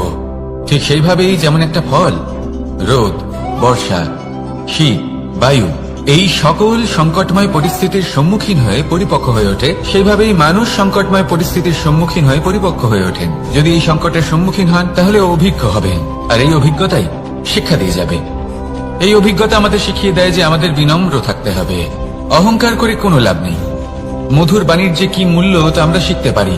এই অভিজ্ঞতাই আমাদের বুঝিয়ে দেয় যে উচিত অনুচিত কোনটা আমাদের দৃষ্টিভঙ্গি তৈরি করে, আর এই দৃষ্টিভঙ্গি দ্বারা আত্মবিশ্বাস জাগ্রত হয়। সেই জন্য জীবনে কখনো বিপদ থেকে দূরে পালাবেন না, সেগুলোর সম্মুখীন হন, অভিজ্ঞতা লাভ করুন, তার থেকে শিক্ষা লাভ করুন, এইভাবেই পরিপক্ক হবেন। আসুন আমার সাথে ভালোবেসে বলুন, রাধা রাধা। ধন সঞ্চয় করা সম্ভব, আর সেই জন্য ধন সব থেকে বেশি মূল্যবান সম্পত্তি নয়। এবার আপনি বলবেন, আমি কি বলছি? এই ধন খুব মূল্যবান, আমরা সকলে অর্জন করতে ব্যস্ত। সেটা এই কারণে কারণ আপনারা জানেন না এই সংসারের সব থেকে বেশি মূল্যবান সম্পত্তি কি। এ হলো সেই সম্পত্তি যা কখনো সঞ্চয় করা সম্ভব নয়। আপনার কাছে যতই ধন থাকুক তা দিয়ে আপনি স্বাস্থ্য লাভ করতে পারেন, বাড়ি কিনতে পারেন, আদি ইত্যাদি, কিন্তু আপনি যতই ধনী হন না কেন, ফেলে আসা দিনের একটা মুহূর্ত আপনি লাভ করতে পারবেন না। এই একটা মুহূর্ত, এই সময়, এটাই হলো সংসারের সব থেকে মূল্যবান সম্পত্তি। একবার চলে গেলে তা কখনোই ফিরে আসে না। আর এই মুহূর্ত যতই চলে যাক না কেন, আমরা স্মৃতির মাধ্যমে সেগুলি যাপন করতে পারি, তার আনন্দ উপভোগ করতে পারি, আর যার সাথে আমরা সময় অতিবাহিত করেছি তার স্মৃতিতে আমরা চিরকাল জীবিত থাকতে পারি। সেই জন্য সময় সব থেকে মূল্যবান সম্পত্তি, তাকে এইভাবে নষ্ট করবেন না। প্রত্যেকটা মুহূর্ত উপভোগ করুন, আনন্দ করুন, আর ভালোবেসে বলুন, রাধা রাধা। কনক, কি সুন্দর একটা শব্দ। এর অনেকগুলো রূপ রয়েছে, অনেকগুলো অর্থও রয়েছে। প্রথম অর্থ হলো স্বর্ণ, অর্থাৎ সম্পত্তি। দ্বিতীয় অর্থ ধুতুরা, অর্থাৎ গাছের ছোট একটা বীজ যা কিনা অত্যন্ত শক্তিশালী হয়। যদি বেশি মাত্রায় এর প্রয়োগ করা হয় তাহলে এটা বিষময় হয়ে উঠতে পারে। এই হলো সেই ধুতুরা যার প্রয়োগ মহাদেবের পুজোতে করা হয়। এবার প্রশ্ন হলো এটাই যে এই স্বর্ণ এবং এই ধুতুরার মধ্যে মিল কি রয়েছে? মিল হলো এটাই যে এই দুটোই মানুষকে মত্ত করে তোলে। ধুতুরা মানুষকে তখন মত্ত করে যখন তাকে সেবন করা হয়, কিন্তু স্বর্ণ, ধন, সম্পত্তি, মানুষ সেটা যতটাই অর্জন করে নেয় সেটাই যথেষ্ট। এই স্বর্ণ মানুষের ভাবনা চিন্তা করার ক্ষমতাকে বশ করে ফেলে। মানুষ সম্পত্তির লোভে মত্ত হয়ে ওঠে, কারণ যে যত চমৎকারী, যতটা অমূল্য হয়, তাকে সামলানো কিন্তু ততটাই কঠিন, তাই না? তাই মনে রাখবেন, ধন, স্বর্ণ, সম্পত্তি এগুলো ধুতুরার থেকেও অনেক বেশি বিষাক্ত হতে পারে। তাই এর উপর আত্মসংযমের একটা কবচ পরিয়ে রাখবেন এবং বিবেকের শক্তির সাথে এগুলো প্রয়োগ করুন, তবেই কল্যাণ হবে। আসুন আমার সাথে ভালোবেসে বলুন, রাধা রাধা। আমার কাছে যশোদা মা যেমন, আমার কাছে দেবকী মা যেমন, আমার কাছে ঠিক তেমনই হলেন গোমাতা। এবার ভেবে দেখার বিষয় হলো এটা যে এই সংসারে অসংখ্য প্রাণী আছে, একজন গাইকে একজন মায়ের মর্যাদা কেন দেওয়া হয়? তাহলে এর অনেকগুলো কারণ আছে। এই গাই অর্থাৎ গোমাতা, এনারা হলেন অত্যন্ত শান্ত, শান্তিপ্রিয়, কখনো কারোর কোনো ক্ষতি করতেই পারেন না। গোমাতা যে দুধ নিজের বাছুরকে পান করান, সেই দুধই আমাদেরও দেন। সেই দুধ পান করে আমরা শক্তি লাভ করি। এই দুধ থেকে আমরা মাখন, ঘি, পায়েস এইসব সুস্বাদু খাবার লাভ করি। গোমাতার গোবর আমাদের জ্বালানি হিসেবে সাহায্য করে, যার ফলে খুব কম সংখ্যক কাঠ ব্যবহার করা যায় এবং বেশিরভাগ জঙ্গল সুরক্ষিত থাকে। গোমাতার গোমূত্র সেটাও আমাদের কাছে লাভজনক। এর দ্বারা আমরা অনেক রোগ থেকে মুক্তি লাভ করতে পারি। গোমাতা যখন একটি বাছুরকে জন্ম দেন, তখন সেই বড় হয়ে আমাদের ক্ষেত কর্ষণ করে। সেই জন্য গাইকেও জীবনে মায়ের মর্যাদা দেবেন। যতটা সম্ভব তাকে সেবা করুন এবং ভালোবেসে তাকে পালন করুন। এই মন নিজে থেকেই প্রসন্ন হয়ে বলবে, রাধা রাধা। মধু কারই না পছন্দ বলুন তো? অত্যন্ত সুস্বাদু হয় এই মধু, মিষ্টি খেতে হয় এবং তা শক্তিও প্রদান করে। এবং প্রত্যেকটি মিষ্টি পদার্থের মতোই এতেও খুব তাড়াতাড়ি পিঁপড়ে ধরে যায়। অন্যদিকে যদি নুনকে দেখি, তাহলে বছরের পর বছর রাখলেও এতে পিঁপড়ে ধরে না। এবার যদি কথা বলি বন্ধুত্বের, তাহলে বন্ধুত্ব নুনের মতো হওয়া উচিত, মধুর মতো নয়। যারা সামনে এলে শুধুমাত্র মধুর মধুর কথা বলবে, পরে এতে পিঁপড়ে ধরে যাবে, এটা নুনের মতো হওয়া উচিত। প্রকৃত বন্ধু হলো সে যে সময় এলে পরে আপনার সামনে আপনার প্রকৃত সত্য তুলে ধরবে, তা সে যতই কঠিন হোক না কেন। আপনার দোষ, আপনার অপগুণ, আপনার খামতি আপনাকে বলতে পারবে, যাতে আপনি সেগুলো শুনে মেনে নিয়ে তারপর নিজেকে শুধরোতে পারেন। এটাই হলো প্রকৃত বন্ধুত্ব। কখনো নিজের জীবনের আশেপাশে মন দিয়ে দেখবেন, অনেক সময় এমন মানুষ থাকেন, অনেক বন্ধু থাকেন, যাদের দেখে আমাদের মনে হয় যে এনারা খুব কঠোর, এনাদের কথা খুব কটু। কিন্তু বেশিরভাগ এমন মানুষের মনটা যদি বুঝতে পারেন, তাহলে দেখবেন তাতে কোনো মালিন্য নেই। এনাদের মন অত্যন্ত পবিত্র হয়। যদি আপনার জীবনেও এমন কোনো ব্যক্তি থেকে থাকে, এমন বন্ধু থাকে, তাহলে তাদের আগলে রাখুন আর আমার সাথে ভালোবেসে বলুন, রাধা রাধা। যতক্ষণ আমরা এই সংসারে জীবিত, ততক্ষণ আমাদের সাথে সবকিছু থাকে। আমাদের ধন, সুখ স্বাচ্ছন্দ্য, আমাদের মিত্রগণ, আমাদের পরিবার, এই সমাজ, এই সবকিছু আমাদের সাথে থাকে। যেদিন আমরা এই সংসারকে ত্যাগ করব, এদের মধ্যে কেউ আমাদের সাথে যাবে না, না ধন, না স্বাচ্ছন্দ্য, না সম্পত্তি। এই সকল মানুষ, এই সমাজ, এরা শুধুমাত্রই শ্মশান পর্যন্ত আমাদের সাথে থাকতে পারবেন। তারপরে যদি আমাদের সাথে কিছু যেতে পারে, তাহলে তা শুধুই আমাদের ধর্ম। আর এই সংসারে আমরা নিজেদের যে সুনাম রেখে যাই, সেটা সম্ভব শুধুমাত্র কর্মের দ্বারা। সেই জন্য সংসারে যতদিন পর্যন্ত জীবিত আছেন, যদি কিছু অর্জন করতে চান, তাহলে ধর্ম অর্জন করুন, ধর্মের বিষয়ে স্পষ্টতা অর্জন করুন এবং কর্ম অর্জন করুন। এটাই হবে আপনার অতীত এবং এটাই হবে আপনার ভবিষ্যৎ, এবং এটাই সকলকে প্রেরণা প্রদান করবে। আসুন আমার সাথে ভালোবেসে বলুন, রাধা রাধা। এই পরিবার হলো আমাদের জীবনের একটা অমূল্য সম্পদ, অমূল্য এক আশ্রয়, যা এই সংসারে হয়তো কোথাও আপনি পাবেন না। তাই একে আগলে রাখুন। পরিবার সেই গাছ। আসুন আমার সাথে ভালোবেসে বলুন, আর সেই গাছ। আসুন আমার সাথে ভালোবেসে বলুন, রাধা রাধা। অনেক সময় আমরা জীবনে অনেক মানুষকে এমন বলতে শুনে থাকি যে আমি অসফল হয়েছি কারণ আমার সময় ভালো যাচ্ছিল না। আমি এই জিনিসটা লাভ করতে চাইছিলাম কিন্তু করতে পারলাম না কারণ আমার সময়টা ভালো যাচ্ছিল না। আমি আমার জীবনে ওই মহান কাজটা করতে চাইছিলাম কিন্তু করতে পারলাম না। কেন? কারণ আমার সময়টা ভালো যাচ্ছিল না। কিন্তু যে মুহূর্তে ভালো সময় আমার জীবনে আসবে আমি সব কিছু প্রাপ্ত করব।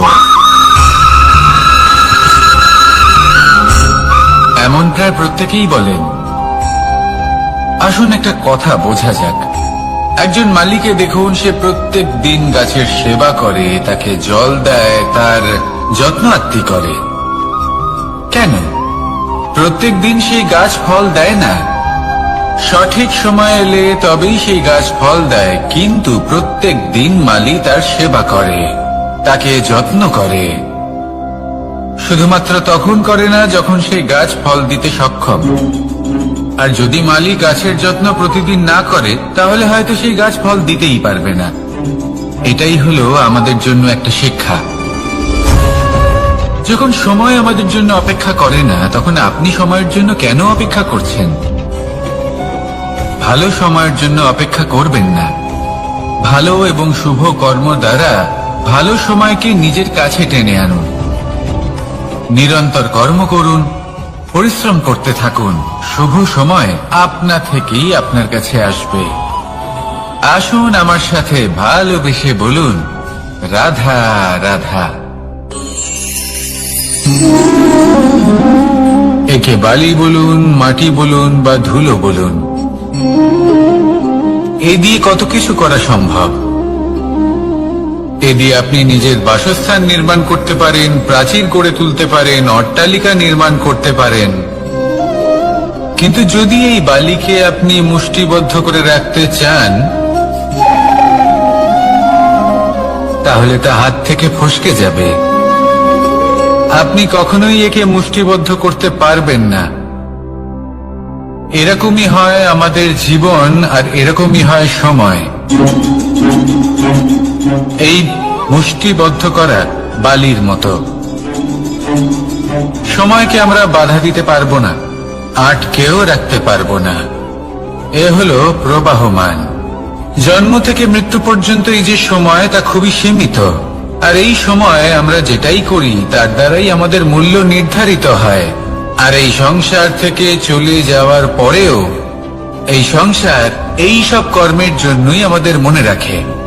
তাই যদি আপনি এটা ভাবেন যে আজ যে কর্ম করার ছিল আমি না হয় কাল করে নেব, কাল আমার লক্ষ্যে পৌঁছানোর কথা ছিল আমি পরশু পৌঁছবো, না, এই সময় খুব মূল্যবান, একে নষ্ট করবেন না। এই সময়কে সদ্ব্যবহার করুন, মহান হবার পথে অগ্রসর হন। একে যদি মুষ্টিবদ্ধ করে রাখার চেষ্টা করেন এই সময় থেমে থাকবে না। আসুন আমার সাথে ভালোবেসে বলুন, রাধা রাধা। আমাদের মনে যখন কোনো প্রশ্ন ওঠে, কোনো দ্বন্দ্ব জাগে, তখন আমরা যাই আমাদের গুরুর কাছে, আমাদের আরাধ্যের কাছে গিয়ে জিজ্ঞেস করি। এইভাবেই একদিন আমি পৌঁছলাম আমার আরাধ্যের কাছে, আমার মহাদেবের কাছে, আর ওনাকে প্রশ্ন করলাম যে মহাদেব, জীবনে আনন্দ পাওয়ার, উৎসব পালনের, প্রেম ভাগ করে নেবার, জীবনকে উপভোগ করে নেওয়ার সর্বশ্রেষ্ঠ সময় কোনটা? মহাদেব হাসলেন আর উনি বললেন, জীবনে উৎসব পালনের সব থেকে শ্রেষ্ঠ দিন হল মৃত্যুর ঠিক আগের দিনটা। প্রেম ভাগ করে নেওয়ার সব থেকে শ্রেষ্ঠ মুহূর্ত হল মৃত্যুর ঠিক আগের মুহূর্ত। জীবনকে উপভোগ করে নেওয়ার সর্বশ্রেষ্ঠ প্রহর হল মৃত্যুর এক প্রহর পূর্বে। তখন আমি চমকে গেলাম। আমি বললাম, কিন্তু মহাদেব, মৃত্যু তো অনিশ্চিত, আমরা জানিও না কবে আমাদের মৃত্যু হবে। মহাদেব আবার হাসলেন। উনি বললেন যে যদি আমরা এভাবে জীবন কাটাই যে আমরা জীবনের প্রত্যেক দিন, প্রত্যেক মুহূর্ত, প্রত্যেক প্রহর শেষ বলে মনে করি, তাহলে আমাদের সমস্ত জীবন আনন্দের সাথেই অতিবাহিত হবে। কি বলেন?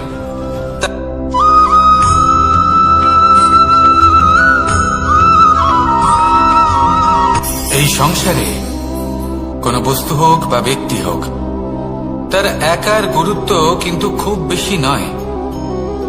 একটা উদাহরণ হিসেবে বৃষ্টির ফোঁটাকে ভেবে দেখুন। যদি একটি বৃষ্টির ফোঁটা হয় তাহলে তার খুব বেশি গুরুত্ব থাকে না, কিন্তু যখন সহস্র বৃষ্টির ফোঁটা মেঘের মধ্যে দিয়ে ঝরে পড়ে, তখন সেটা বর্ষার রূপ ধারণ করে। সেই বর্ষা যাই প্রকৃতিকে শান্ত করে। সেইভাবে পাথরের ছোট টুকরো, তার খুব বেশি গুরুত্ব থাকে না, কিন্তু যখন অসংখ্য পাথরের টুকরো একত্রিত হয় তখন তা পর্বতের আকার ধারণ করে।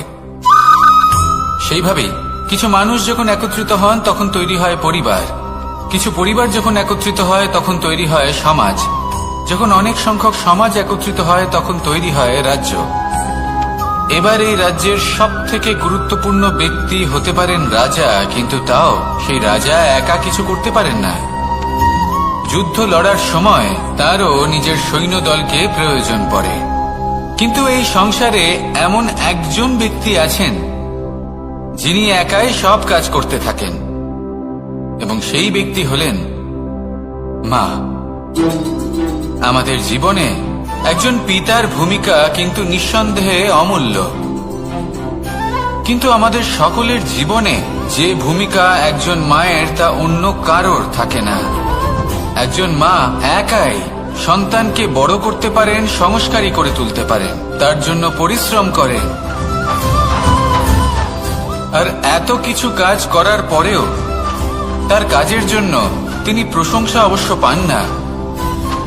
উল্টে যদি সেই সন্তান অনুচিত পথে চালিত হয়, অনুচিত কর্ম করে, তখন সেই মাকেই অপবাদের পাত্র হয়ে উঠতে হয়। আমাদের জীবনে মায়ের যোগদান কতটা সেটা বুঝুন। আপনাকে বড় করে তোলার জন্য উনি কতটা পরিশ্রম করেছেন সেটা বুঝুন। আজ থেকে, এখন থেকে, এই মুহূর্ত থেকে মাকে সম্মান করতে শিখুন। যখন সময় পাবেন, যখন সুযোগ হবে, তখন তার প্রশংসা করুন, ওনারও ভালো লাগবে। আর মায়ের এই মমতার জন্য, তার এই ভূমিকার জন্য আসুন সবাই মিলে আমরা তাকে প্রণাম করি, আর সকলে মিলে ভালোবেসে বলি রাধা রাধা।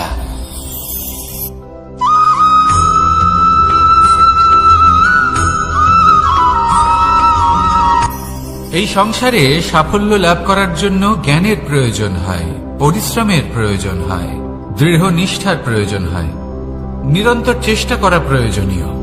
কিন্তু আরো কিছু আছে যা অত্যন্ত প্রয়োজনীয় এবং গুরুত্বপূর্ণ। তা হলো ভালো বন্ধু। তাদের থাকা অত্যন্ত প্রয়োজনীয়। যদি ভালো বন্ধু থাকে তাহলে সময় এলে তারা ঢাল হয়ে আপনাকে সুরক্ষা করবেন। সময় এলে অস্ত্রের মতো শত্রুকে সংহারও করবেন। যদি তিনি জ্ঞানী হন, তাদের মধ্যে সদ্গুণ থাকে, তাহলে এই সব গুণ আপনার মধ্যেও প্রবেশ করবে। তাহলে সাফল্যের জন্য ভালো বন্ধু পাওয়া অত্যন্ত প্রয়োজনীয়। কিন্তু শুধু বন্ধু কেন, ভালো শত্রুও থাকা প্রয়োজনীয়। এবার আপনি ভাববেন, আমি কি বললাম? যদি আপনার জীবনেও ভালো অর্থাৎ শক্তিশালী শত্রু থাকে, তাহলে আপনিও শক্তিশালী হতে থাকবেন। এই শত্রু আপনাকে প্রেরিত করবে আরো বেশি শক্তিশালী হয়ে ওঠার। কখনো কোনো হরিণকে দেখুন, তীব্র গতিতে দৌড়তে থাকে। কেন তীব্র গতিতে দৌড়য়? এই কারণে নয় যে কোথাও তার জন্য মধুর ঘাস অপেক্ষা করে রয়েছে, না। সে এই কারণে তীব্র গতিতে দৌড়য় কারণ সেটা না করলে তার পেছনে একটি সিংহ আছে যে ওকে নিজের ভোজন করে ফেলবে। তাই জীবনে বিপদ, সংকট, এই সবকিছুও হলো অত্যন্ত গুরুত্বপূর্ণ। তার সম্মুখীন হতে শিখুন, আর আমার সাথে ভালোবেসে বলুন রাধা রাধা।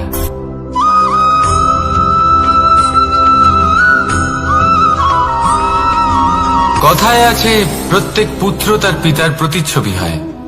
আর সমস্ত প্রতিচ্ছবি চায় যেন সে তার অস্তিত্ব প্রাপ্ত করতে পারে। পুত্র চায় সে যেন তার পিতার মতো হয়, বা কখনো কখনো তার থেকেও শ্রেষ্ঠ হয়। সেটা কোনো অনুচিত ব্যাপার নয়। অনুচিত তখন হয় যখন পুত্র নিজের পিতার মতো হবার স্বপ্ন পূরণ করতে গিয়ে বা তার থেকেও শ্রেষ্ঠ হওয়ার স্বপ্ন পূরণে অনুচিত পথের আশ্রয় নেয়। কারণ তারপরে সে তার পিতার গুণগুলি আত্মসাৎ করতে চায় না। সে শুধুই এটা চায় যে সংসারের চোখে যেন আমি শ্রেষ্ঠ প্রমাণিত হই। এটা অনুচিত। সংসারে এমন অনেক মানুষ আছেন যারা এই কারণে শ্রেষ্ঠ হবার চেষ্টা করেন যাতে তার পরিবারের তার পিতার সম্মান বৃদ্ধি পায়। এমনও মানুষ থাকেন, আর এটাই হলো পার্থক্য উদ্দেশ্যের। মনে রাখবেন, যদি আপনার উদ্দেশ্য শুভ হয় তাহলে পথও শুভ হবে, যদি আপনার উদ্দেশ্য অশুভ হয় তাহলে পথও অশুভ হবে। তাহলে নিজের পিতার মতো হবার চেষ্টা অবশ্যই করুন, তার থেকেও শ্রেষ্ঠ হওয়ার চেষ্টা অবশ্যই করুন, কিন্তু মনে রাখবেন আপনার সংকল্প আর আপনার উদ্দেশ্য এই দুই শুভ হওয়া উচিত। তাহলে আসুন আর আমার সাথে ভালোবেসে বলুন, রাধা রাধা।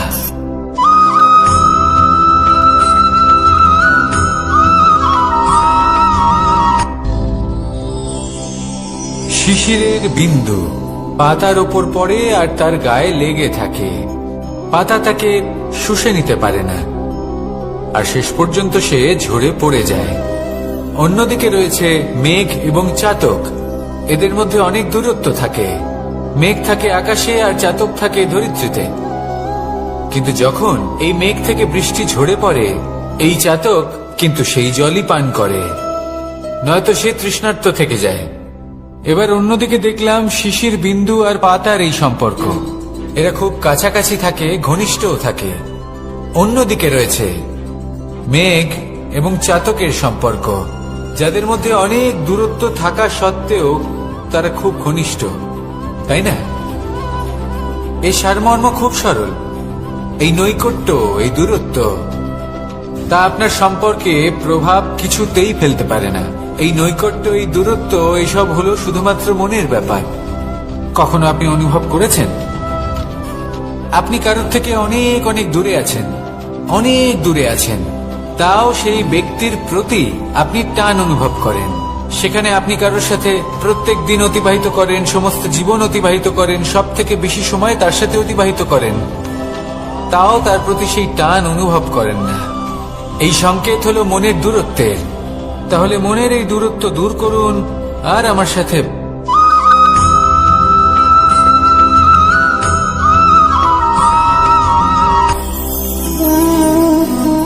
শক্তি এক অত্যন্ত বিচিত্র বস্তু, বা বলতে পারেন অনুভূতি। পিতা সবসময় চান যেন তিনি তার শক্তি পুত্রকে। আসুন আপনাকে সহজে বোঝাই। যদি আপনি সুপাত্র হন আর আপনাকে শক্তি দেওয়া হয়, তাহলে আপনি সেই শক্তির গুরুত্ব বুঝবেন, কোথায় সেই শক্তি প্রয়োগ করা উচিত সেটা বুঝবেন। আর এটা যেহেতু অর্জন করা শক্তি হবে, সেই শক্তির অপব্যবহার হবে না। কিন্তু যদি এই আপনি কুপাত্র হন আর যদি আপনাকে এই শক্তি দেওয়া হয়, তাহলে কি হবে? দেখতে গেলে এই শক্তি আপনি দান হিসেবে পেয়েছেন, তাই না আপনি এই শক্তির গুরুত্ব বুঝবেন আর না এর প্রয়োগ আপনি জানবেন। তার অপব্যবহার হওয়া সুনিশ্চিত। তাই যদি আপনি কোনো শক্তি অর্জন করতে চান, তাহলে আগে তার যোগ্য হয়ে উঠুন। পুত্র নয়, পাত্র হয়ে উঠুন। আর আমার সাথে ভালোবেসে বলুন, রাধা রাধা।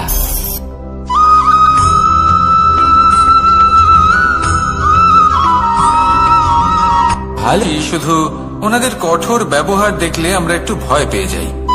এবার ওনাদের এই কঠোর ব্যবহার আমাদের ভালো না লাগলেও অত্যন্ত আবশ্যক, কারণ মাতার থেকে আমরা যে শক্তি লাভ করি তা যেন নিয়ন্ত্রণ হারিয়ে বিধ্বংসী না হয়ে ওঠে। আমরা যেন কোনো কুপথে না চলে যাই, আমরা কখনো যেন দোষ না করে ফেলি।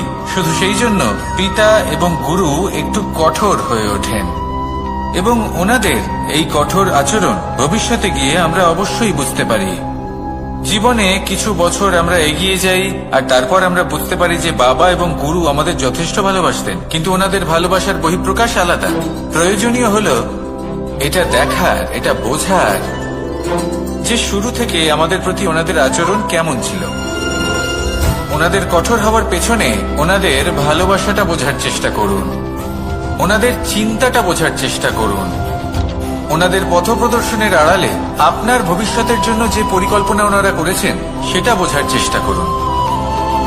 তখন আপনারা বুঝতে পারবেন ওনাদের ভালোবাসাকে। আপনার মনের মধ্যে আপনা থেকেই ওনাদের প্রতি সম্মান জেগে উঠবে। নিজের পিতা এবং নিজের গুরু এই দুজনের প্রতি কৃতজ্ঞতা প্রকাশ করুন আর আমার সাথে ভালোবেসে বলুন, রাধা রাধা।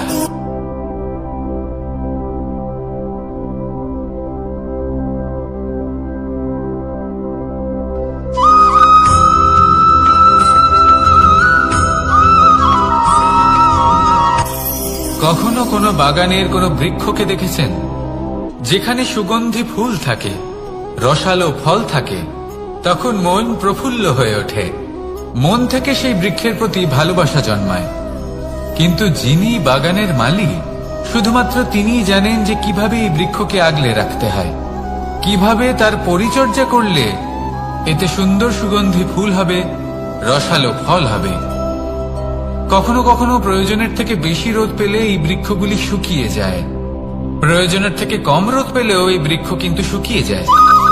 প্রয়োজনের থেকে কম জল যদি পায়, এই বৃক্ষ শুকিয়ে যেতে পারে। প্রয়োজনের থেকে অতিরিক্ত জল যদি পায়, তখনও এই বৃক্ষের শিকড়গুলি নষ্ট হয়ে যেতে পারে। এবার এটাই কিন্তু আমাদের সংসারের সাথেও হয়। আমাদের সংসারের সকল প্রতিভাশালী ব্যক্তি, যেমন লেখক, বিচারক, প্রবক্তা, যোদ্ধা, এদের সবার ক্ষেত্রে এই কথাটাই প্রযোজ্য। যদি বেশি প্রশংসা করা হয় তাহলেও এরা হারিয়ে যাবেন। প্রয়োজনের থেকে বেশি যদি নিন্দা করা হয় তখনও তারা নত হয়ে পড়বেন।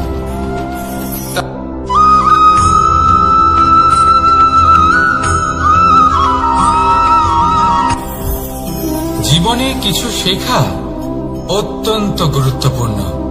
এবার কি কি শিখতে হবে সেই সব শেখানোর জন্য অনেক শিক্ষক রয়েছেন, কিন্তু কি শিখবেন না আর কি করবেন না, এটা আমাদের নিজের অভিজ্ঞতা দিয়ে শিখতে হয়। কিন্তু তার মানে এটা নয় যে যদি আপনাকে শিখতে হয় যে আগুনের তাপ কতটা, আপনাকে আগুনের মধ্যে হাত দিতে হবে। না, অন্য কারোর অভিজ্ঞতা দ্বারাও শিখতে পারেন। প্রশ্ন শুধুমাত্র একটাই যে আপনি কি শিখতে চান নাকি চান না। যদি আপনি এটাই ভাবেন যে আমি শুধুই নিজের অভিজ্ঞতা দ্বারাই শিখতে চাই, তাহলে জীবনকাল ছোট মনে হবে, অনেক কিছুই শিখতে পারবেন না। তাই নিজের সাথে সাথে বড়দের অভিজ্ঞতা দ্বারাও শেখা শুরু করে দিন। এই সংসারের অভিজ্ঞতা দ্বারা শিখতে শুরু করে দিন। আর এটা নিশ্চিত রূপে শেখা আবশ্যক যে কখন কি করবেন না, কোথায় থামতে হবে আর কোথায় থামবেন না। তাহলে আসুন আর আমার সাথে ভালোবেসে বলুন, রাধা রাধা।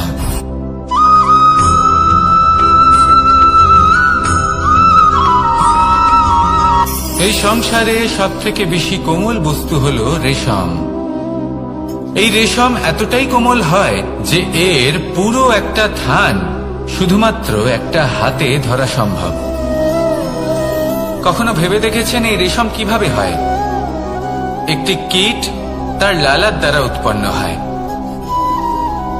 এই কীট সেই রেশমকে পাক দিতে থাকে, পাক দিতেই থাকে আর আস্তে আস্তে তার মধ্যেই জড়িয়ে পড়ে। শেষে ওর এই সুন্দর অমূল্য সৃষ্টি রেশমের এই সুতো তার নির্মাণ কার্য পূর্ণ হয়, কিন্তু তাতেই ও নিজে বন্দী হয়ে যায়। নিজেরই মায়াজালের এই বন্দী গৃহে নিজেই ফেঁসে যায়। এবার এই সুতোকে ব্যবহারযোগ্য করে তোলার জন্য এই কীটগুলিকে এই কবচের সাথেই ফুটন্ত জলে ফেলে দেওয়া হয়। এই সংসারে যদি আমাদের স্বপ্ন এই সংসারের দুঃখ হরণ করার জন্য, এই সংসারে সুখ বিতরণ করার জন্য হয়, তবেই আমাদের প্রগতি সম্ভব। যদি আমাদের এই স্বপ্ন শুধুই আমাদের এবং আমাদের স্বার্থ সিদ্ধির জন্য হয়, তাহলে এই স্বপ্ন আমাদের অন্ধ করে দেবে, আমাদের অন্ধকারের পথে নিয়ে যাবে, আর আমরাও সেই কীটের মতো হয়ে যাব। নিজেদেরই মায়াজালে আমরা নিজেই ফেঁসে যাব, আর শেষে আমরা যদি কিছু লাভ করি তা হবে একাকিত্ব, অন্ধকারময় মৃত্যু। তাই স্বপ্ন অবশ্যই দেখুন, কিন্তু এমন ভাবে স্বপ্ন দেখবেন না যে তার এই বন্দিগৃহে আপনি নিজেই ফেঁসে গেলেন। স্বপ্ন দেখুন পরোপকারে।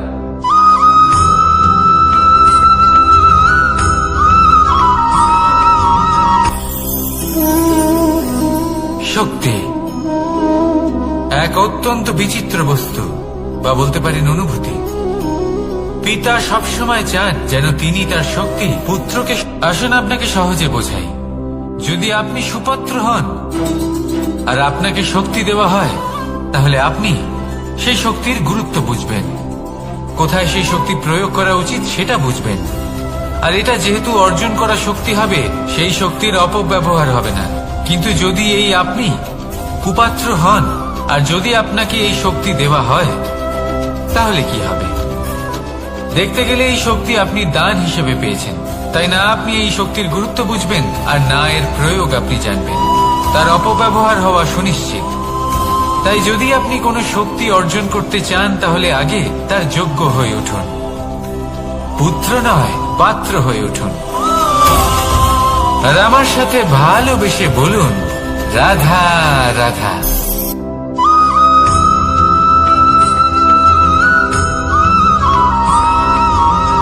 এই সংসারে প্রত্যেক মানুষ এটাই চান যে তিনি যেন ধনবান হন, আর্থিক অবস্থা তার ভালো থাকে, ওনার বাড়িতে লক্ষ্মীর আগমন হয়। কিন্তু সেটা হবে কি করে, সেটাই হলো প্রশ্ন। কেউ বলেন যে যদি পরিশ্রম করো তাহলে ধন অর্জন সম্ভব, কেউ বলেন যে যদি বিদ্যা লাভ হয় তবেই ধন অর্জন সম্ভব, কেউ বলেন যে যদি বলশালী হও তবেই সম্পন্ন থাকবে। ভালো কথা, যদি তাই হয়ে থাকে, তবে দিনমজুর সারা দিন পরিশ্রম করেন, তিনি কেন ধনী হন না? অনেকজন বিদ্বান মানুষ আছেন এই সংসারে, তারা কেন ধনবান হন না? অনেক সংখ্যক বলশালী ব্যক্তি আছেন, তাদের কাছে ধন নেই কেন? তাদের কেন ধনের অভাব হয়?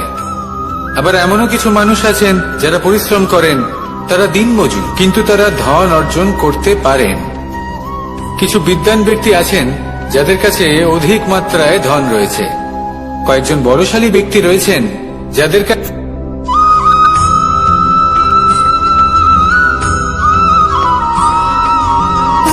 সুখ, দুঃখ এবং শক্তি, এই তিন হলো এই সংসারের ত্রিদেবের মতো। আমাদের জীবনে যা কিছু ঘটছে এই তিনটির ভিত্তির উপরেই হচ্ছে। আসলে এই সংসারের একটা নিয়ম আছে, যখনই আপনি কিছু লাভ করেন, এই সংসার আপনার পরীক্ষা নেয়। এটা জানার জন্য আপনার পরীক্ষা নেয় যে আপনি যা কিছুই লাভ করেছেন, আপনি কি আদৌ সেটার যোগ্য কিনা। ঠিক সেইভাবেই এই সুখ, দুঃখ এবং শক্তি আপনার পরীক্ষা নিয়ে থাকে। যখন সুখ আসে তখন সে আপনার পরীক্ষা নেয় যে আপনার মধ্যে অহংবোধ জাগ্রত হয়নি তো। যদি অহংবোধ চলে আসে তাহলে সুখ সেখানেই সঙ্গ ত্যাগ করে। দুঃখ আপনার ধৈর্যের পরীক্ষা নিতে থাকে, আর যদি আপনার মধ্যে ধৈর্য না থাকে তাহলে এটা আপনাকে আরো বেশি দুঃখের গভীর অন্ধকারে ঠেলে দেবে। সেখানে শক্তি পরীক্ষা নেয় আপনার বিনম্রতার। যদি আপনি বিনম্র না হন, তাহলে হয় এই শক্তি আপনার সঙ্গ ত্যাগ করবে, নয় এই শক্তি বিনম্রতার অভাবে আপনার পতনের কারণ হতে পারে। এই সংসারে যে কোনো ব্যক্তি যিনি এই পরীক্ষায় উত্তীর্ণ হয়ে থাকেন, এই জীবনে তিনি সাফল্য লাভ করেন। আসুন আমার সাথে ভালোবেসে বলুন, রাধা রাধা।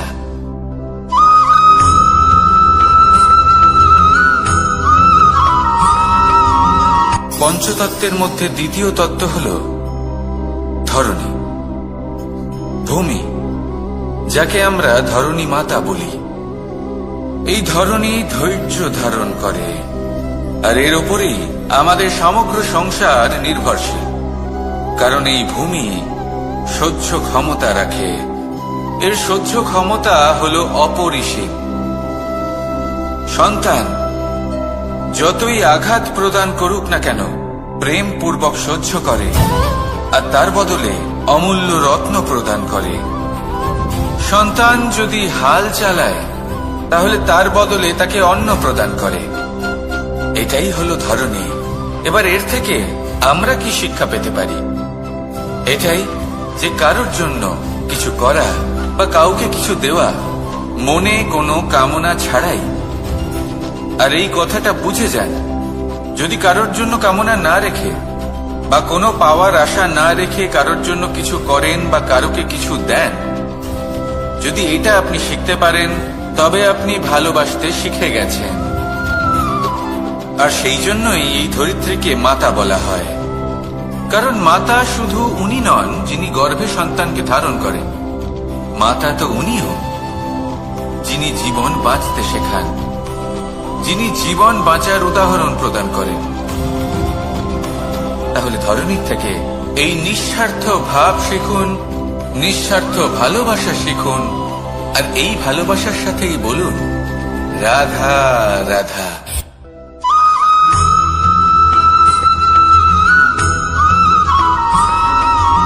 মানুষ জন্মগ্রহণ করে, তার সাথে ভয়েরও জন্ম হয়। ছোটবেলা থেকেই আমাদের মনে কোনো না কোনো প্রকারের ভয় থেকেই যায়। কেউ এই বিষয়ে ভয় পায় যে তার কোনো বস্তু তার থেকে দূরে চলে যাবে, কেউ এই বিষয়ে ভয় পায় যে আমি নিজেকে হারিয়ে ফেলব, কেউ এই ভেবে ভয় পায় যে আমার প্রিয়জনেরা তারা যেন আমার থেকে দূরে না চলে যায়, কেউ এই ভেবে ভয় পায় যে আমরা যেন পথ না হারিয়ে ফেলি, আদি ইত্যাদি। কিন্তু সত্যি কথা বলতে ভেবে দেখুন এই ভয় বাস্তবে কি? শুধুই একটা মনস্থিতি, আর কিছুই নয়। যা কিছু আপনি জীবনে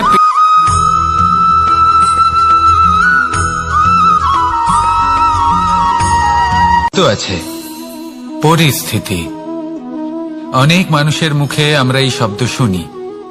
জীবনে যখন অসফল হই, দুঃখ আসে, সংকট আসে, কোনো বিপদ ঘনিয়ে আসে, তখন সমস্ত দোষ আমরা পরিস্থিতির ওপর চাপিয়ে দিই। আর দেখতে গেলে কোথাও না কোথাও ঠিকই করি। এই পরিস্থিতি প্রত্যেক দিনের মতো পাল্টাতে থাকে, কিন্তু এই দিন, এই রাত, এমন কেউ আছেন যিনি এর ওপরেও নিয়ন্ত্রণ সাধন করেন, আর তিনি হলেন সূর্য। ঠিক সেই রকমই আমাদের জীবনেও সূর্য হলো এই মন। যদি এই মনের উপর আমরা নিয়ন্ত্রণ করতে পারি তাহলে আমরা জীবনকেও নিয়ন্ত্রণ করতে পারব। প্রথমে এই মনের রাজা হয়ে উঠতে হবে। তাই মনে রাখবেন, যদি মন দুর্বল হয় তাহলে পরিস্থিতি আমাদের সমস্যা বলে মনে হবে। এই মন যদি স্থির হয়, পরিস্থিতি প্রতিস্পর্ধা বলে মনে হবে। আর এই মন যদি শক্তিশালী হয়ে ওঠে তাহলে যে কোনো পরিস্থিতি আপনার কাছে একটা সুযোগ মাত্র, এমন এক সুযোগ যাতে অগ্রসর হয়ে আপনি মহান হয়ে উঠতে পারেন। এই মনের শক্তির বৃদ্ধি ঘটান, মহান হয়ে উঠুন, আর আমার সাথে ভালোবেসে বলুন রাধা রাধা। খুব সুন্দর একটা কাহিনী আছে। একবার এক ব্যক্তি নিজের অসফলতার জন্য ত্রস্ত হয়ে সময় দেবতার তপস্যা করতে বসলেন। উনি তপস্যা করলেন এবং সময় দেবতা প্রসন্ন হলেন, মানুষের রূপ ধারণ করে ওনার সামনে প্রকট হলেন। এবার সেই ব্যক্তি ওনাকে জিজ্ঞেস করলেন যে কি এমন আছে যার জন্য আপনি বারবার জয়ী হন আর আমি চিরকাল পরাজিত হয়ে থাকি?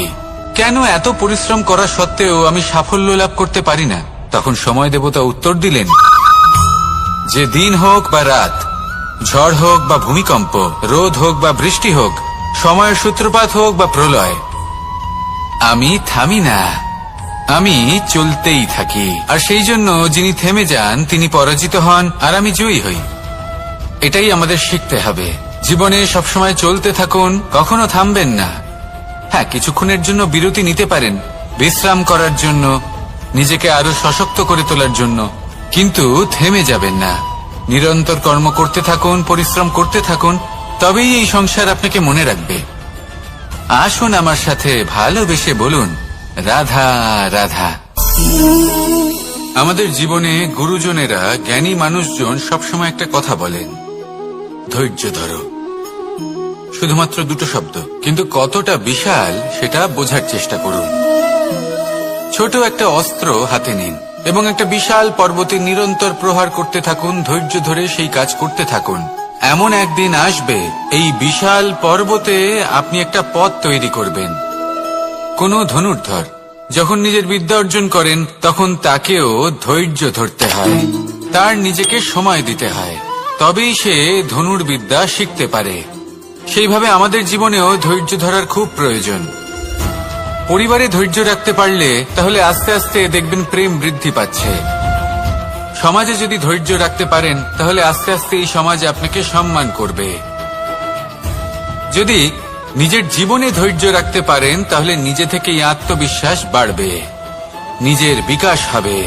জীবনে সবই সম্ভব যদি ধৈর্য রাখতে পারেন। হয়তো আস্তে আস্তে হবে, কিন্তু হবে অবশ্যই। শুধু ধৈর্য রাখুন, কারণ ধৈর্যই সব থেকে বড় পুঁজি।